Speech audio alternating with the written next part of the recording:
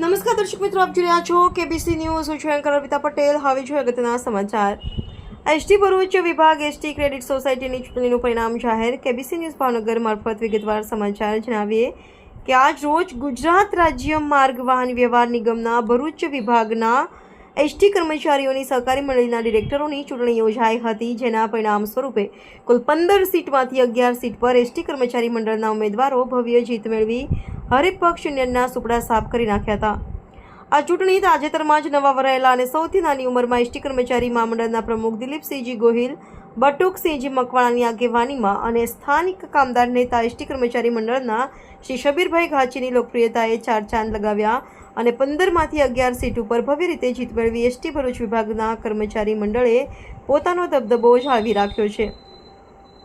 બીએમએસના જીએસને 178માંથી 72 vote મળ્યા. મજૂરમાં જન્મા જીએસને 178માંથી ફક્ત 29 vote મળ્યા હતા.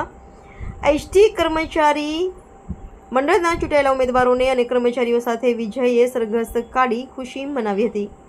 રિપોર્ટર મુસ્તકભાઈ મેઘાણી, કેબીસી ન્યૂઝ ભાવનગર. દર્શક મિત્રો, કેબીસી ન્યૂઝને લાઇક, શેર, સબસ્ક્રાઇબ કરો, બેલ આઇકન પ્રેસ કરો, જેથી આપને નોટિફિકેશન્સ મળતી રહે.